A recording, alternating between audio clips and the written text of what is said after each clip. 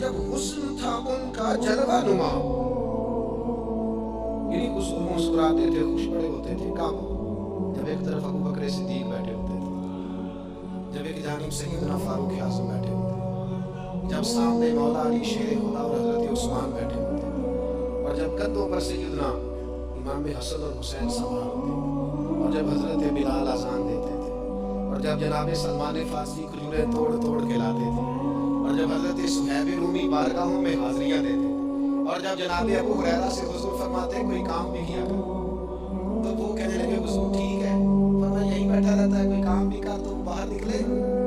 اور ستون کی اوٹ سے بھی آگے کا حضور میں آیا ہوں، میرا کوئی نہیں دل لگتا کسی جگہ۔ اور جب وہاں بدو دیہاتی صحابہ آ کے حضور کو مسکرانے والی باتیں سنایا کرتے، اور جب اس محفل نور میں، اس خوبصورت مجلس میں حضرت معاذ بن جبل بیٹھتے تھے، جب اس خوبصورت محفل پاک میں حضرت ابو ذر غفاری جیسے درویش بیٹھتے تھے، جب اس نورانی محفل میں حضرت خالد بن ولید جیسے جرنیل ہاتھ باندھ کر نظریں جھکا کر اور دو زانوں پیچھے بیٹھ کر کبھی کبھی آنکھ کھول کر حضور کی زیارت کرتے تھے، اور جب اس مجلس پاک میں حضرت ابو عبیدہ جیسے امین الامت لوگ بیٹھتے تھے، اور جب اس مجلس پاک میں حضرت حذیفہ بن یمان جیسے لوگ جن سے حضور تنہائی میں بیٹھ کر راز کی باتیں کرتے تھے، اس مجلس پاک کے حسن کو، اس کی کیفیت کو، اس کی نزاکت کو، اور مسجد وہ والی مسجد جس کی بنیادوں میں خود رسول پاک نے دست مبارک سے اینٹیں رکھی ہوں، جس میں جھاڑو حضرت بلال دیتے ہوں، جس میں تزئین و آرائش کا کام حضرت عثمان غنی کرتے ہوں، جس مسجد مبارکہ میں چراغ حضرت تمیم داری جلاتے ہوں، پتہ نہیں کیا منظر ہوگا، پتہ نہیں کیا رنگ ہوگا۔ مجھے لگتا ہے فرشتے بھی آسمان کے دروازے کھول کھول کے نیچے جھانک کے دیکھتے ہوں گے کہ جب حسن تھا ان کا جلوہ نما، دیدار کا عالم کیا ہوگا، ہر کوئی فدا ہے بن دیکھے۔ صبح قیامت جب ان کا روضہ اطہر کھلے گا، اور جنہوں نے عمر گزار دی ان کی نعت پڑھتے، اور جن کے لمحے بیتے ان کی یادوں میں نعرے لگاتے، اور جن کی صبح شامیں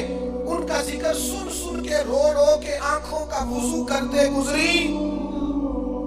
جب حسن تھا ان کا جلوہ نما،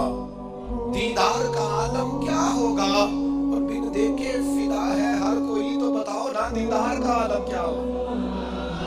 دیدار کا عالم کیا ہوگا۔ اور ایک سمت علی، ایک سمت عمر، صدیق ادھر،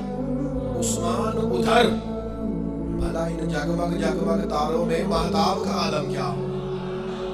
کیا ہوگا۔ ہر نظر کانپ اٹھے گی محشر کے دن، اور دیکھنا خوف سے ہر کلیجہ دہل جائے گا، اوڑھ کر کالی کملی وہ آ جائیں گے، سارے محشر کا نقشہ بدل جائے گا۔ ہمارے استاد تھے مولانا تحسین رضا صاحب، محدث بریلوی، ان کا شعر ہے بڑا انوکھا، وہ فرمایا کرتے تھے جس کو کہتے ہیں قیامت، حشر جس کا نام ہے، جس کو کہتے ہیں قیامت۔ لیکن نا غلام کی سب سے بڑی خواہش اور آرزو یہ ہے کہ حضور کی زیارت نصیب ہو، کبھی ان کا چہرہ نظر آئے، لنگ کئی مہینے تے برس گئے تے تیری دید نو دیدے ترس گئے، تو کہا وہ تو جشن کا دن ہوگا جس کو کہتے ہیں قیامت، اور حشر جس کا نام ہے۔ تیرے دیوانوں کے لیے وہ دن تو جشن عام ہے، ہم تو جشن منائیں گے کیونکہ زیارت نصیب ہو جائے،